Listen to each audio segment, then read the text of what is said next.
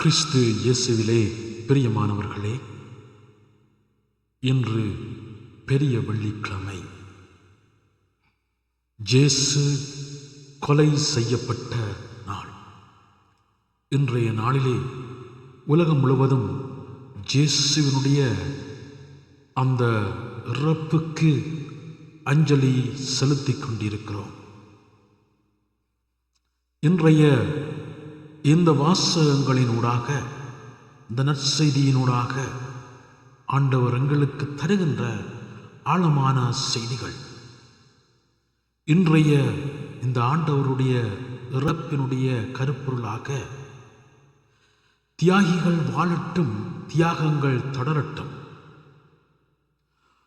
குனிந்து விதை நட்டால்தான் நிமிர்ந்து கனி பறிக்க முடியும்.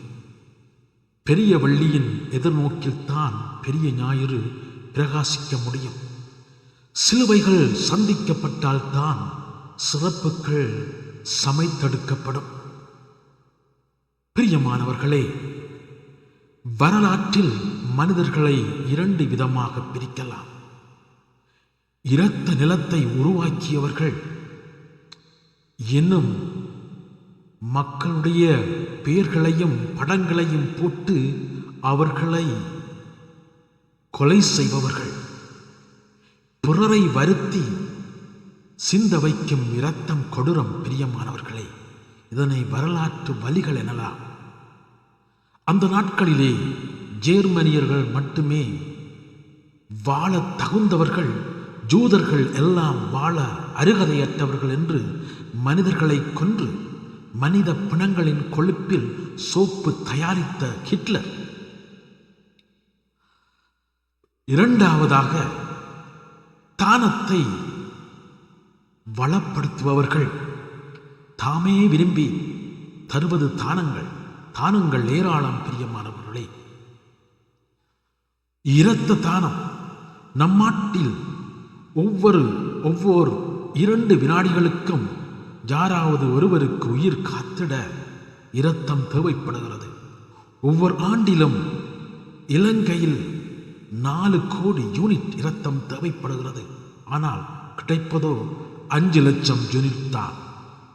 நம் உடலில் சுமார் 5 லிட்டர் இரத்தம் உள்ளது. இரத்த தானத்தின் போது 300 மில்லி மீட்டர் இரத்தம் மட்டுமே எடுக்கப்படுகிறது. பிரியமானவர்களே, கண்தானம். நான் மீண்டும் பார்வை வர வேண்டும் என்ற ஏக்கத்தோடு இருந்த பார்த்தலேமியுவை போன்று இலங்கையிலே கருவழி பாதிக்கப்பட்டு கருவழி மாற்று அறுவை சிகிச்சைக்காக காத்திருப்போர் 10 லட்சம் பேர். ஆண்டுதோறும் 1 லட்சம் வரை தானம் செய்ய கண்கள் தேவைப்படுகின்றன. ஆனால் ஆண்டுதோறும் 20,000 கண்கள் மட்டுமே தானம் செய்யப்படுகின்றன. இறந்தபின் நாமும் கண்ணின் கருவழிகளை தானம் செய்வதன் வழியாக பார்வையற்றவர்களுக்கு பார்வை கொடுக்கலாமே. மண்ணில் புதைக்கும் கண்களை மனிதர் கண்களில் விதைக்கலாமே. இந்நாள்களில் கண்தானம் விழிப்புணர்வுகளை முன்னெடுப்போம்.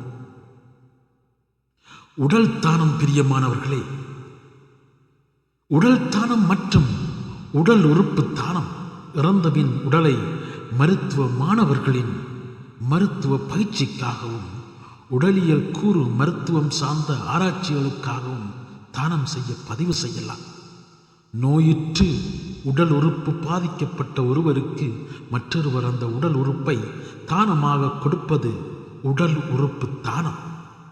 குறிப்பாக மூளைச்சாவு அடைந்தவர்களின் கருவழிகள், நுரையீரல், இதயம், வால்வுகள், ஈரல், சிறுநீரகங்கள், குடல், சருமம், எலும்பு போன்ற 10 விதமான உறுப்புகளை தானமாக கொடுக்கலாம். இது குறித்த விழிப்புணர்வு கருத்து மறுபலகை இந்த நாட்களில் நாங்கள் நடத்தலாம். இதற்கெல்லாம் இயேசுவை முன்மாதிரி. மனிதனமே முழுமையும் வாழ வேண்டும், ஒரு குறிப்பிட்ட தனிப்பட்ட மனிதருக்காக அல்ல. இயேசுவின் இரத்த கொடையால் இன்றும் உலகம் வாழ்வு பெறுகிறது. பிரியமானவர்களே, இன்றைக்கு இந்த உலகம் பூராகவும் இயேசுவினுடைய இரத்தத்தினாலே மீட்கப்பட்டிருக்கிற எல்லாரும் இயேசுவை தாங்கி வாழ்ந்து கொண்டிருக்கின்றோம். இயேசுவைப் போல நாங்களும் மற்றவர்களுக்காக எங்களுடைய உயிரை நீதிக்காகவும் உண்மைக்காகவும் கொடுப்பவர்களாக மாற வேண்டும். மற்றவர்களை